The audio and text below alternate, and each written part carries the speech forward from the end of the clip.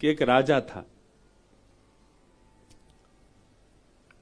उसके सिर में बहुत दर्द रहता था।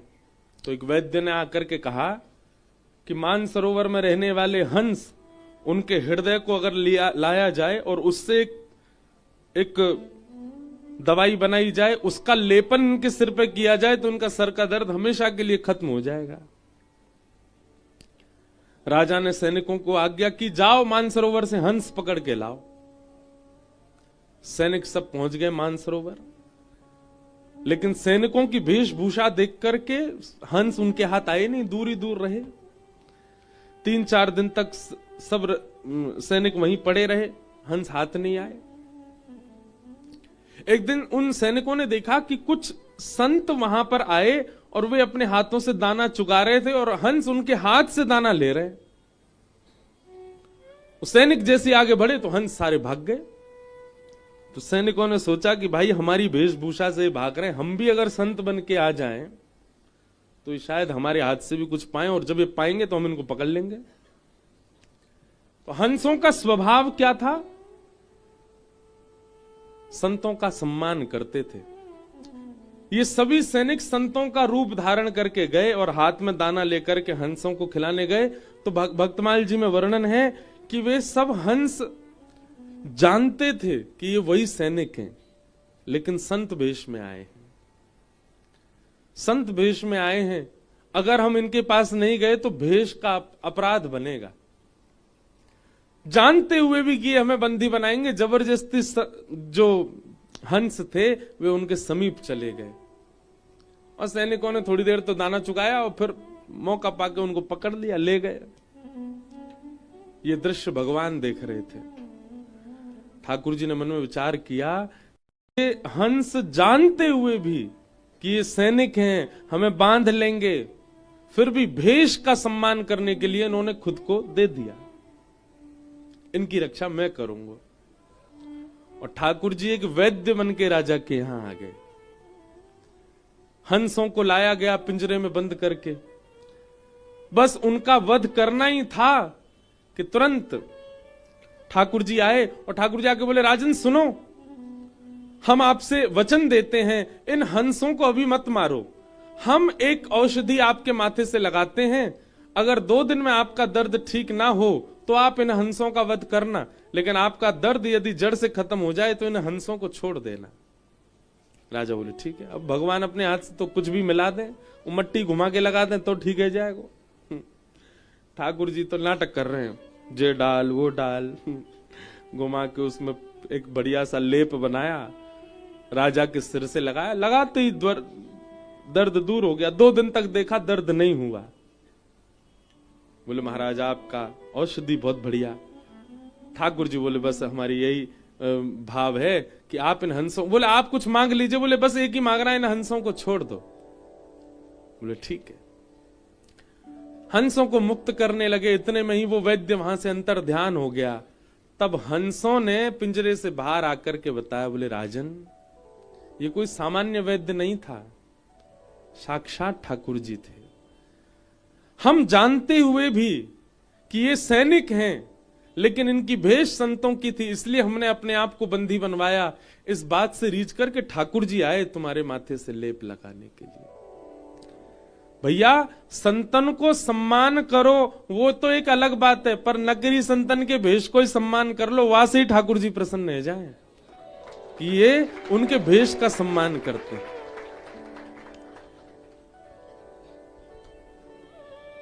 कलयुग यदि जीवन में आ जाएगा ना बंधुओं, बहुत सावधानी से सुनिएगा, हमारी भक्ति में सबसे ज्यादा बाधा यदि कोई है तो वो एक ही है, और वो है वैष्णव अपराध।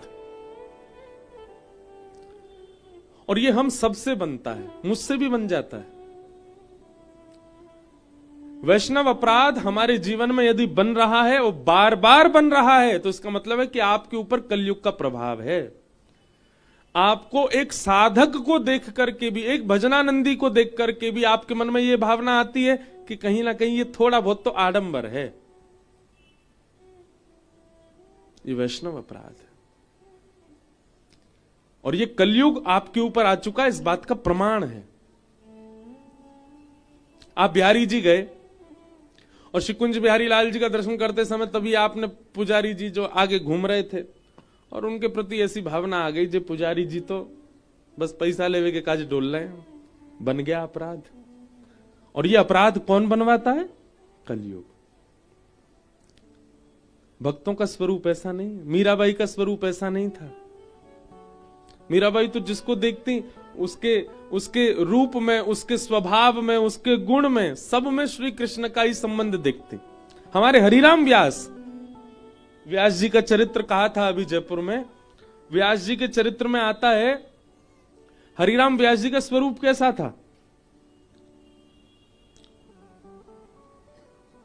कोई बढ़िया लोभी व्यक्ति उनके पास आता, जो बहुत लोभी है, उसको देख करके कहते, वाह भैया तुम पे बामन भगवान बड़ी कृपा है। बामन भगवान भी तो 3 पग जमीन से तीनों लोक लोभ में ले आए थे। कोई बहुत क्रोधी दिखाई देता, वो हो जय हो परशुराम भगवान के अंश। हरिराम व्यास जी की दृष्टि ऐसी थी। कोई बहुत सांवला सा काला सा दिखता, आ जा रे कन्हैया, उसको ऐसे ही बुलाते। किसी का सौंदर्य अद्भुत होता, अद्भुत गंभीरता होती, अरे जय हो मेरे राघव, वो व्यक्ति के नाम से उसको पुकारते ही नहीं थे, व्यक्ति के स्वभाव से उसको परखते ही नहीं थे। जिसको देखते थे उसमें या तो आचार्यों का अनुभव करते थे या फिर ठाकुर जी का अनुभव करते थे। ऐसी हरिराम व्यास जी की दृष्टि थी। ये सीखना चाहिए हरिराम व्यास जी से। जब कभी कोई दिखे,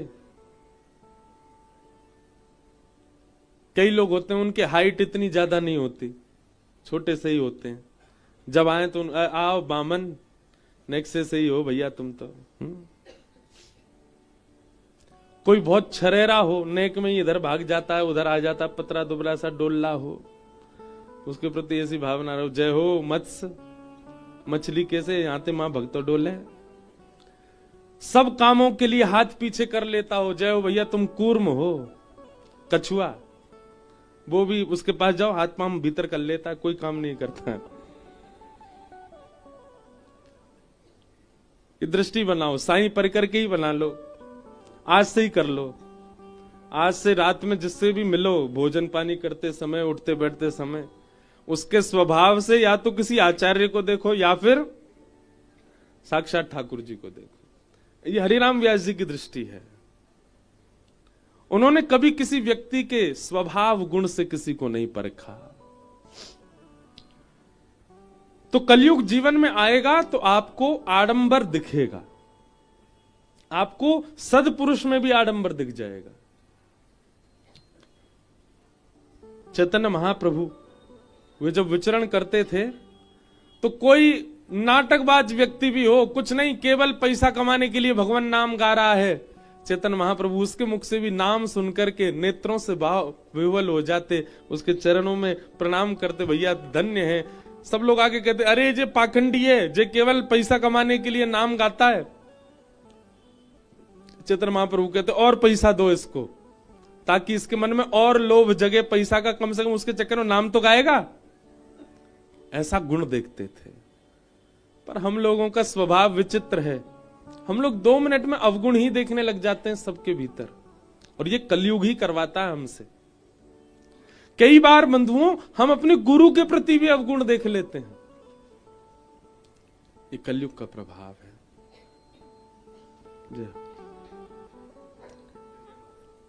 जय जय राधा वल्लभ श्री हरिवंश, जय जय राधा वल्लभ श्री हरिवंश, जय जय राधा वल्लभ श्री हरिवंश, जय जय राधा वल्लभ श्री हरिवंश, जय जय श्री वृंदावन श्रीवन चंद, जय जय श्री वृंदावन श्रीवन चंद, जय जय। ये देखो ब्रज के संत जासों छुप भी जाए वाकू सखी बना दे।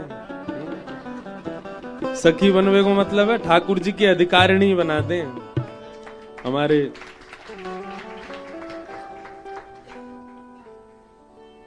श्री हिताश्रम वाले पूज्य महाराज जी पधारे हैं, बारंबार महाराज जी को वंदन प्रणाम। जय।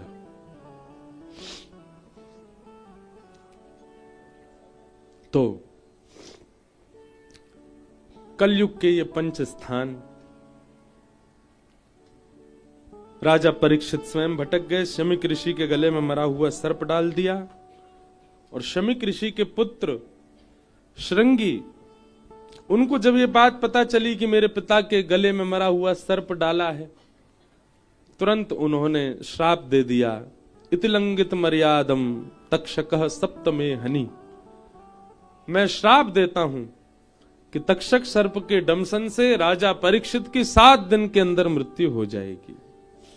श्राप दे दिया। शमीक ऋषि को जब ये बात पता चली कि मेरे पुत्र ने राजा को श्राप दे दिया, उन्होंने अपने शिष्य गौरमुख से कहा कि आप जाओ, जाकर के राजा परीक्षित को बता दीजिए उनके जीवन के केवल 7 दिन बचे हैं। राजा परीक्षित को जैसे ये बात पता चली कि मेरे जीवन के केवल 7 दिन बचे हैं, देखो एक बात बहुत ध्यान से सुनना, साधक वैष्णव का एक स्वरूप है कि वो विपरीत समाचार सुनकर के भी अप्रसन्न नहीं होता। इससे ज्यादा विपरीत क्या होगा कि किसी की मृत्यु की खबर ही सुना दो उसके मुंह पे जाकर के, तुम मरने वाले हो इतने दिन में। लेकिन फिर भी राजा परीक्षित इससे परेशान नहीं हुए। हम तो छोटी छोटी बातों पे परेशान हो जाएं, पर वैष्णव का स्वभाव है कि वो निश्चिंत नहीं होता, वो चिंतित नहीं होता, वो निश्चिंत ही रहता हर परिस्थिति में। सूरदास जी का एक पद है, जैसे राखो तैसे रहूं, जानत हो दुख सुख सब जन के, मुख से कछु ना कहूं। आप सब जानते हो ना, मैं क्या बताऊं आपको। जैसे राखो तैसे रहो। परीक्षित जी ने मन में विचार किया कि जिन्होंने मेरी मातृ गर्भ में ब्रह्मास्त्र से मेरी रक्षा की, उस समय भी कोई कारण था, और आज एक ब्राह्मण के द्वारा 7 दिन में मरने का श्राप लगा है, तो ठाकुर जी ने इसमें भी कोई कारण ही देखा होगा, मैं क्यों चिंता करूं। उन्होंने चिंता नहीं की। हम सिड्डी से कभी उतरते हैं, कई बार ऐसा होता है कि हम गिरने वाले थे लेकिन बच गए, पर कभी कभी होता है गिर जाते हैं, अरे ठाकुर जी ऐसे क्या गिर दिया आपने। ठाकुर जी कहें दारी के तो यूं याद ना, 2 बार बचायो भी तो हो, वास में तो तेने कही ना जय हो ठाकुर जी आपने बचा लिए, और ज्यादा ना लग जाए बाद ना रोने लगे। विचारणीय बात है कि नहीं। आप साइकिल चला रहे हो, कितनी बार ऐसा होता है कि आप गिरने वाले थे नहीं गिरे, लेकिन जिस दिन गिर जाते हैं उस दिन ठाकुर जी के आगे रो रहे हैं क्या गिर दिए। घर में परिवार का कोई सदस्य बीमार हो गया, बीमार होकर बेचारा ठीक हो गया, लेकिन किसी दिन बीमार हो गया और इतना बीमार हुआ कि ठीक ही नहीं हो रहा, तो ठाकुर जी से शिकायत शुरू हो जाती है। ठाकुर जी कहते हैं ये कितनी बार बीमार हुआ, उतनी बार सही भी तो हुआ, तब तो तुमने क्षमा नहीं किया, तब तो तुमने एक बार भी नहीं कहा कि ठाकुर जी आपकी बड़ी कृपा, और जब अब सब सही नहीं हो रहा तो फिर शिकायतें लगा रहे हो। ये समझने वाली बात है, राजा परीक्षित से सीखो। राजा परीक्षित कह रहे हैं कि जब मेरे मातृ गर्भ में ब्रह्मास्त्र आकाश में था तो वो रक्षा करने आए थे, और आज 7 दिन में मरने का श्राप लगा है, तो इसमें भी कुछ ना कुछ होगा। हमारे पूज्य गुरुदेव भगवान रामानुज गुरु जी बहुत अच्छी बात कहते हैं, ध्यान से सुनना। विश्वासो फलदायक। राजा परीक्षित जब अपनी मातृ गर्भ में थे तो भगवान शस्त्र लेकर के गए और उनकी रक्षा की, और राजा परीक्षित जब जीवित अवस्था में 7 दिन में मरने का श्राप लगा तो भगवान शास्त्र रूप धारण करके आए और उनकी रक्षा की, भागवत जी के रूप में आए। अच्छा, दोनों में भी कारण। गुरुदेव भगवान कहते हैं, मैंने देखो गुरुदेव का दर्शन नहीं किया, पर गुरुदेव की लिखनी कई छोटे छोटे ग्रंथों वो पढ़े हैं मैंने। एक जगह गुरुदेव कह रहे हैं कि वहां अश्वत्थामा ने शस्त्र छोड़ा था मारने के लिए, तो भगवान शस्त्र से ही रक्षा करने आए। चक्रा नाम की गदा को घुमाया भगवान ने गर्भ में जाके, और आज एक ब्राह्मण ने वाक वज्रम विशशरजह, वाणी का वज्र छोड़ा है, तो ठाकुर जी भी वाणी रूपी धारण करके आए रक्षा करने के लिए। कथा का, कथा क्या है, वाणी रूप है। परीक्षित को 7 दिन में मरने का श्राप लग गया। परीक्षित जी महाराज चिंतित नहीं हुए, बल्कि विचार करने लगे, अच्छा है, दुनिया में किसी को नहीं पता कि उसका अंत कब होगा, पर मैं दावे से कह सकता हूं कि 7 दिन पहले मेरी मृत्यु नहीं होगी। मेरे पास 7 दिन शेष हैं। इसमें भी भगवान का एक संकेत मैं मान लूं कि ठाकुर जी ने मुझे पहले ही बता दिया कि इतने दिन आए तेरे पास, अपनो कल्याण कर ले। मैं कितना भाग्यशाली हूं। व्यक्ति को क्या पता कि उसके प्राण कब निकले।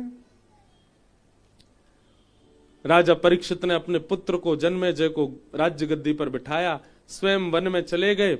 अनेक संत ऋषि गण सब गंगा जी के तट पे आ गए। सबसे राजा परीक्षित ने एक ही प्रश्न किया, जल्दी मरने वाले की मुक्ति का उपाय बताओ।